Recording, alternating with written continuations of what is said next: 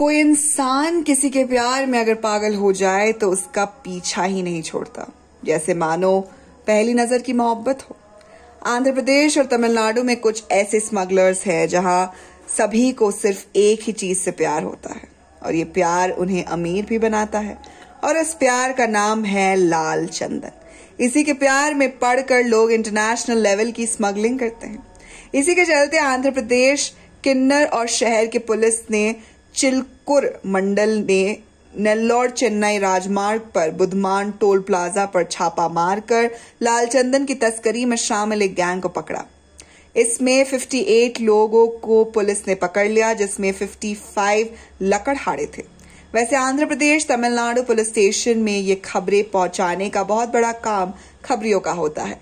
फिर जाल बिछाकर मछली को पकड़ा जाता है, क्योंकि लाल चंदन पर पाबंदी होने के बावजूद भी ये लोग हार ही नहीं मानते।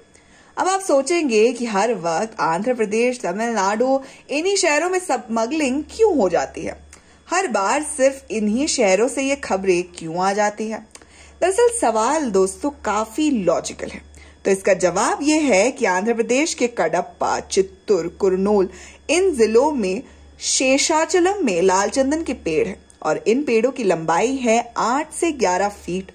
ये लकड़ियां पानी में डूब जाती है और यहाँ से लकड़ियों को उठाकर लोग बड़े बड़े बंगले बनाते हैं। अरे मतलब एक्चुअल में नहीं, बल्कि इन लकड़ियों को ट्रांसपोर्ट करके बहुत सारा पैसा कमाते हैं और फिर प्रॉपर्टी इकट्ठा करते हैं। वैसे स्मगलर्स के अमीर बनने के अपने जो सपने होते हैं वो चीन जाकर ही पूरे होते हैं। यानी कि ये लोग चीन में ये लकड़ियां भेजते हैं और तमिलनाडु के अलग अलग स्टॉक पॉइंट्स के जरिए ये काम किया जाता है।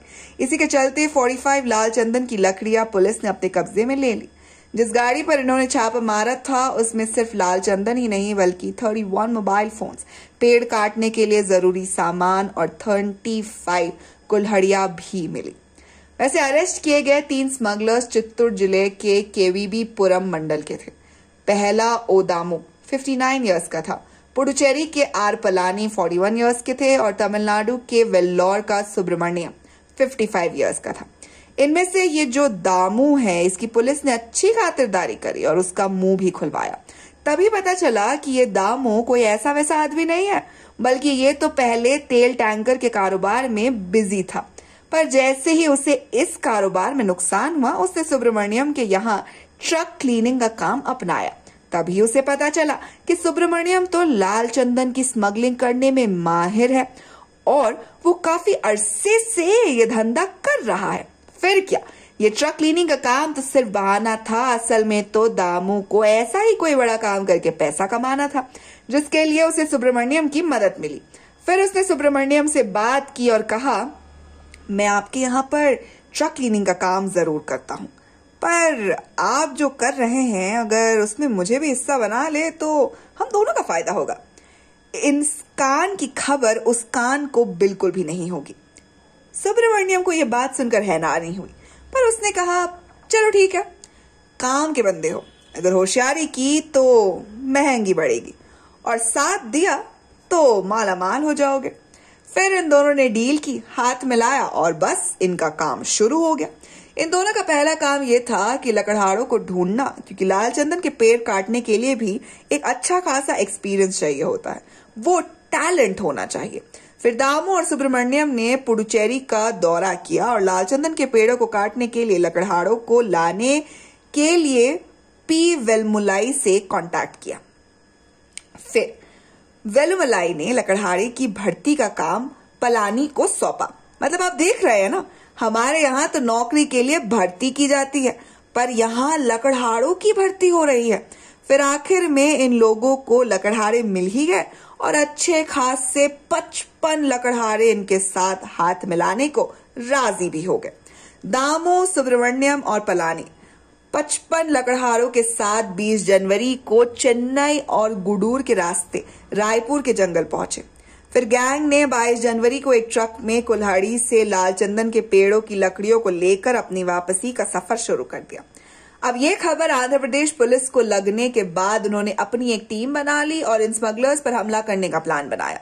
इसके लिए पहले जिस गाड़ी से ये लोग सफर कर रहे थे उसकी जानकारी हासिल करने की कोशिश की गई। अब पता नहीं कहां से इन स्मगलर्स को पुलिस के एक्शंस के बारे में पता चला और ये लोग अलर्ट हो गए।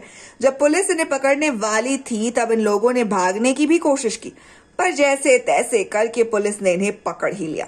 पर इतना ही नहीं, बल्कि लकड़हारों ने उनके पास जो हथियार थे उससे कांस्टेबल पर भी हमला किया, जिसकी वजह से वो घायल हो गए। पर आखिर में इन स्मगलर्स को पकड़ने में पुलिस भी कामयाब हो ही गई। इन्हें तो पकड़ा गया, पर इतना सब कुछ होने के बावजूद भी स्मगलिंग का सिलसिला कुछ रुका नहीं और इस बार स्मगलिंग करने वालों को पकड़ने के लिए गाड़ियों पर छापेमारी करने का प्लान पुलिस ने बना लिया। एक मिनी कूपर, एक डुकाटी बाइक, एक लैंड क्रूजर और कुछ वोक्सवैगन, ये उन 3 गाड़ियों में से है जिनकी कोच्चि कस्टम्स नीलामी के लिए तैयार हुई। इन लग्जरी गाड़ियों को कस्टम्स हाउस से सटे विलिंगडन द्वीप में सालों से रखा गया। अब ऑफिसर्स उन्हें बेचने की उम्मीद कर रहे थे। वैसे विलिंगडन द्वीप केरला कोच्चि का एक आर्टिफिशियल आइलैंड है। अगर आप कभी केरला गए तो इस जगह को जरूर विजिट कर सकते हैं, क्योंकि ये एक टूरिज्म प्लेस है। जैसे केरला की हरियाली और कथकली डांस फेमस है, उसी तरह ये भी काफी ज्यादा फेमस है और इस आइलैंड को इंसान ने ही बनाया है। तो यहाँ का पानी और बड़े बड़े नारियल के पेड़ों को देखकर आप अच्छी फोटोग्राफी कर सकते हैं। खैर, हम तो सच में केरला की सवारी करने लग गए। हमें तो स्मगलर्स की बात करनी थी। चलिए फिर से बैक टू टॉपिक। तो ये जो गाड़ियां हैं, इन्हें नीलामी साइट के जरिए बेचा जाएगा। अब आप कहेंगे कि इन गाड़ियों को बेचने के लिए इतना तामझाम क्यों हो रहा है? क्योंकि इसका स्मगलिंग के साथ बहुत बड़ा कनेक्शन है। इन गाड़ियों का इलीगल कामों के लिए इस्तेमाल किया जाता है। इनमें से बहुत सारी गाड़ियां हमारे या बाकी देशों में एंट्री करती है। मिनी कूपर एग्जाम्पल के लिए ले लीजिए, जिसकी कीमत 28.75 लाख रुपए से भी ज्यादा है। इसे भारत भेजा गया था और इसके पेट्रोल टैंक में 7 किलोग्राम तस्करी का सोना छिपा कर रखा गया था। मतलब एक तरह से स्मगलर के लिए ये अच्छा खासा सोर्स है जिसे पुलिस हटाना चाहती है। इसके बाद डुकाटी नाम की एक जबरदस्त बाइक को लेकर भी बड़ा फैसला किया गया, क्योंकि इसका भी स्मगलिंग के लिए कुछ स्मगलर्स इस्तेमाल करते थे और ये तो तब पता चला जब इसे सर्विस सेंटर ले जाया गया। देखा जाए तो इस बाइक की कीमत आज 8 से 10 लाख रुपए तो जरूर होगी। इसी तरह पुलिस को गाड़ियों के साथ साथ एक गोदाम में बहुत सारी चीजें मिली, जिसमें उन्हें मोबाइल फोन्स मिले, सिगरेट्स मिली, इंपोर्टेड शराब मिली, सिम कार्ड मिले, मेमोरी कार्ड्स मिले और सबसे बड़ी बात, लाल चंदन की लकड़ियां भी मिली। लाल चंदन की लकड़ियां देखकर पुलिस हैरान हो गई, क्योंकि इस गोदाम के बारे में किसी को अच्छी खासी खबर नहीं थी और ये देखकर भी हैरानी हुई कि सिर्फ लाल चंदन ही नहीं, पर ये लोग बाकी चीजें भी चुरा लेते थे। पुलिस इनका फोन ट्रेस न कर पाए, इसलिए मेमोरी कार्ड बदलते रहते थे।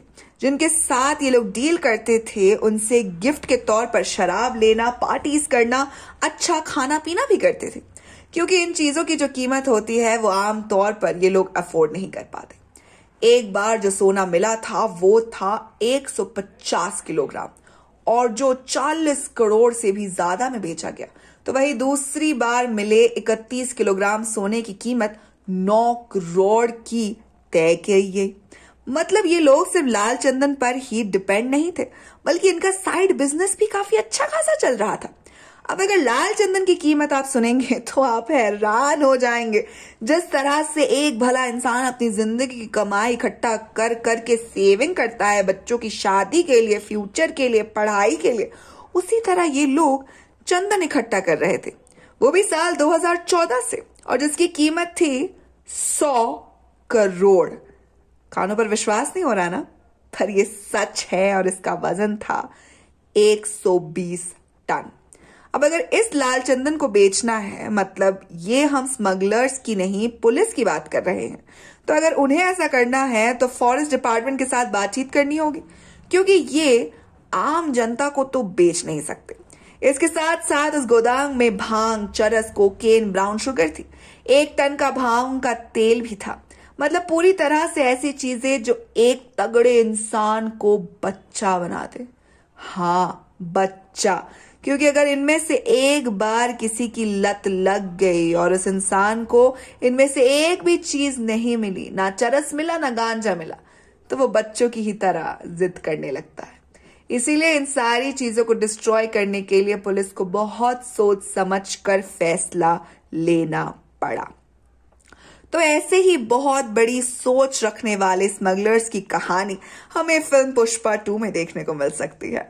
तो आप हमें बताइए, आप पुष्पा 2 के लिए कितने एक्साइटेड है। साथ ही अगर आपको वीडियो पसंद आई हो तो इसे लाइक कीजिए, दोस्तों के साथ शेयर कीजिए और फिल्मी दुनिया से जुड़े रहने के लिए सब्सक्राइब कीजिए हमारे चैनल बॉलीग्राड स्टूडियोज को।